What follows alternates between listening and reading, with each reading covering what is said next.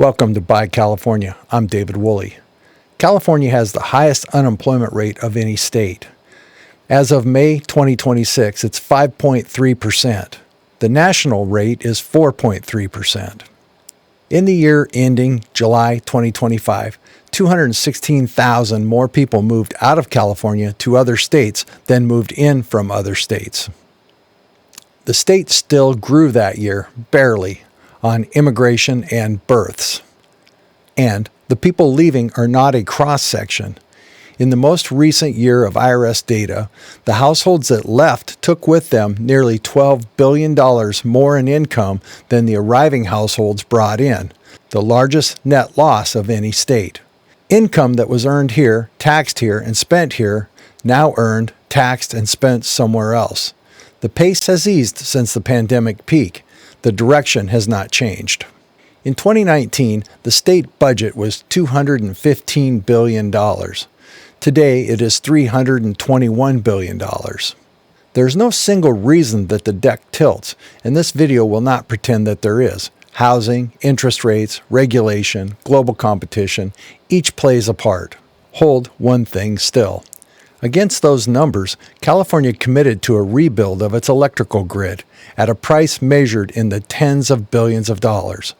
On September 19, 2025, the governor signed Senate Bill 254. Most Californians have never heard of it. They should. It raises one question. If California finances the work, who does the work? The question is not answered anywhere in the statute. Let's start with how this bill came to be, because the shape of it matters. Senate Bill 254 did not begin as the bill that became law. It was assembled late, from parts. A companion measure, Assembly Bill 825, carried a transmission financing program through the Assembly. The program did not pass on its own. It was lifted out of one bill and placed into another, which the legislature then passed and the governor signed. This is a normal legislative procedure. It has a name: gut and amend. A bill built this way moves quickly, and it arrives on the governor's desk carrying provisions written and rewritten in the final weeks. The public rarely sees the seams. Be assured, Senate Bill 254 has seams. This episode reads them. Let's start with the scale. How large is this? The state's own grid operator prices the transmission build-out at $45.8 to $63.2 billion by 2045.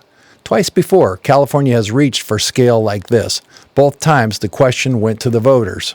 In 1960, the State Water Project, 750 miles of dams, reservoirs, and aqueduct. 21 dams, the largest state-built water and power system in the nation. The State Water Project was financed with $1.75 billion in general obligation funds, and that bond went to the voters. That bond passed with 175,000 votes out of about 5.8 million votes cast. The people decided, barely, but they decided. In 2008, high-speed rail. That question went to the voters too. Prop 1A. They said yes. Today's grid build-out is roughly 3 state water projects in real terms, and it did not go to the voters. Large public money usually meets certain moments: a yearly appropriation where the legislature votes again, a bond measure where the voters decide. This structure removes the reoccurring ones. The financing is continuously appropriated, so it does not return for an annual vote by the legislature. It is carried by revenue bonds, so it does not go to the ballot, and the state financing authority can own these projects carried up to $5 billion cap on the bonds it could issue. Senate Bill 254 deleted that cap. High-speed rail did not stop at the ballot. Its funding source has been argued over in public every year since. The financing for 254 was not built that way. That is not a criticism of the mechanism. It is a description of it. The reoccurring moments when someone is required to stop and look. This structure does not have them. Consider who carries the risk and who keeps the return. The bill puts public capital behind transmission, below market. It adds a 20% tax credit. It strengthens the wildfire fund that stands behind the utilities. The utilities that build and own much of the transmission are publicly traded companies, and the equity return on what they build stays with their shareholders. To be fair about this, the utilities contribute to the fund, and the public financing is intended to lower the cost for ratepayers. Both things are real. But hold the structure plainly. Public money lowers the cost and the risk. Private shareholders keep the return. This is how the financing is built. Now, to the work. Begin with the work that comes first. Planning, design, engineering, surveying, and GIS. The professional work that happens before any tower is raised.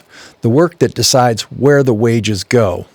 Inside a build-out of this size, the professional work is worth roughly $2 to $9 billion using standard design shares of project cost. Senate Bill 254 pays for it. The tax credit rewards planning, design, engineering, permitting, construction, and the equipment. And the credit gives a company two ways to qualify. One path rewards qualified wages. The other rewards qualified expenditures, planning, design, engineering. And that path carries no location requirement at all. So read what that means. A company that sends its design and engineering out of California does not lose the credit. It claims the expenditure path. It collects 20 cents on every design dollar, subsidized by California, wherever on earth that design is performed. The transmission line will stand in California. The engineering payroll need not. The statute pays for the work. It does not ask where the work will be done. Where that work should be performed is a fair debate. This video does not enter into it. This video reads the statute, and the statute never asks. Now, the bill is not completely silent on labor. That is worth stating precisely. Senate Bill 254 does set labor conditions.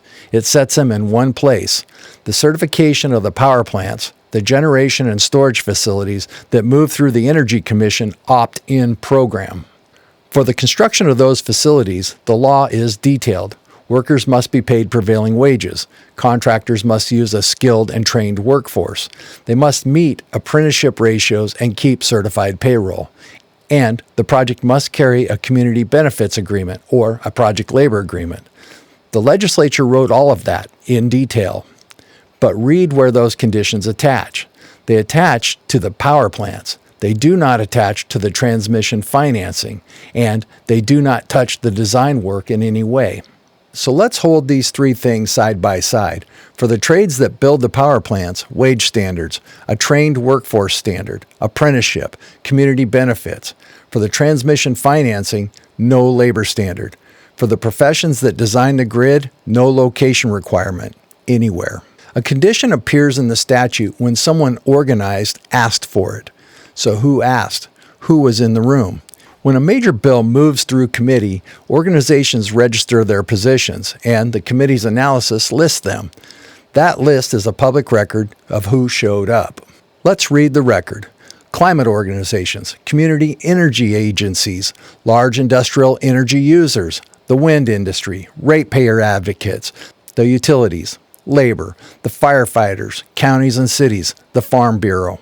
Something I found of interest is there were 3 trade associations for wooden utility poles: the North American Wood Pole Council, the Treated Wood Council, and the Western Wood Preservers Institute.